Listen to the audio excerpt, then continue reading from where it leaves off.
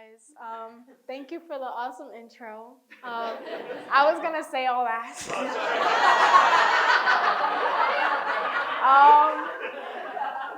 But again, my name is Nyla Reese Clayton. I am 16 years old, making me the youngest person to complete meditation teacher training at 3 Jewels.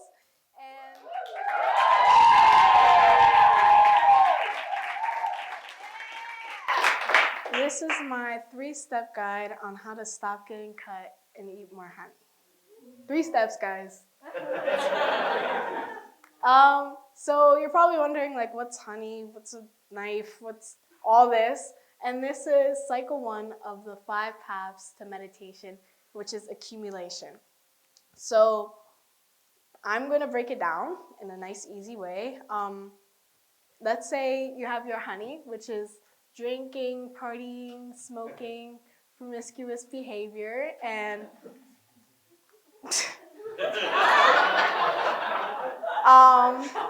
and I'm not denying that these things don't feel good, but they do come with a price when it's gone, which is depression. These are just 2 basic things, like depression, substance addiction. People might get anxiety. There's a lot underneath those categories of accumulation. So that's accumulation. That way you guys know I'm setting the tone. Here's my cycle. Woo! In 9th grade, I had an incident where I took an edible, and in 10th grade, I had friends with benefits with somebody, and those are just like the 2 main things. They weren't, and I chose the pretty crime pictures, but it didn't lead me anywhere nice. And around 3 years ago, I did not want to be here. I did not want to be in this world.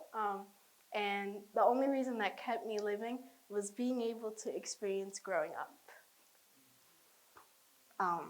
So underneath those cool, fun things that I'm doing was still a place of worthlessness. Underneath all the things that I'm doing at school, that was during COVID. When I came back, I was like, I'm going to put on a front. I'm super cool. And I have aura, And I hit it really good. I hit the worthlessness feelings really good. But when I'm at home, and the worst thing about all these things was that I was always grounded.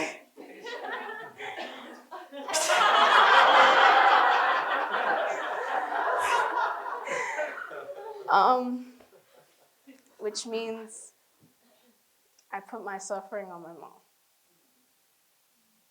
My honey was there, and the razor blade was my mom. That's what I believed, was that everything I experienced, she made me sit by myself to get cut, but also realize that there's a different kind of honey out there. But I was so stuck in the cycle that I was getting cut, and I was associating that with my mom. And that was something that I had to sit with. And here's the 3 steps. So the first step is, you're the problem. I'm the problem. This is TV, Billie Eilish. It's a really good song. You guys are probably, not you guys, but like some people are probably at like the maybe. I might be the problem, but like it also might be my mom or my coworker. We need to be like, baby, I am the problem. I am the root cause of my suffering. Because the root cause of your suffering for me was not the edible or or anybody. It was myself, because those things could bring immense joy for somebody else. But for me, it didn't. So first step is to figure out who the cause of your suffering is. And it's always you. It really is. The second cycle is, here we have meditation under our honey, and there's nothing under the knife. Unless Lou, where's Lou? But yeah, the Now you get to sit with your mind. You get to go on a little date with yourself. Now that you figured out that you're the problem, you figured out who did it. Now we're going to figure out why. Why are you putting yourself constantly in these cycles?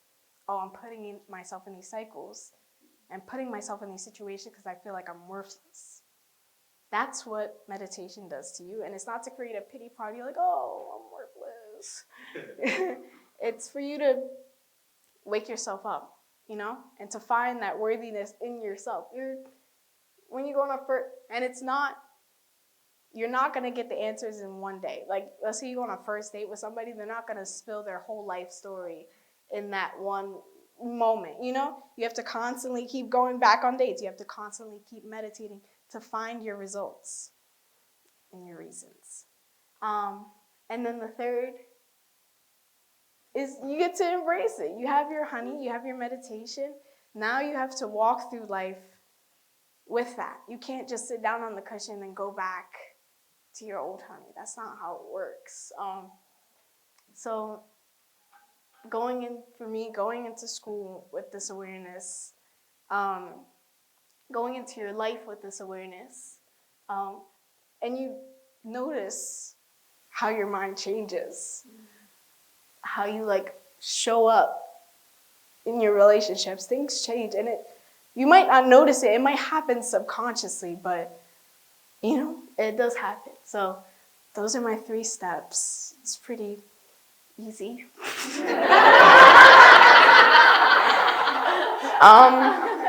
And last but not least, the biggest thank you I want to give is to my mom.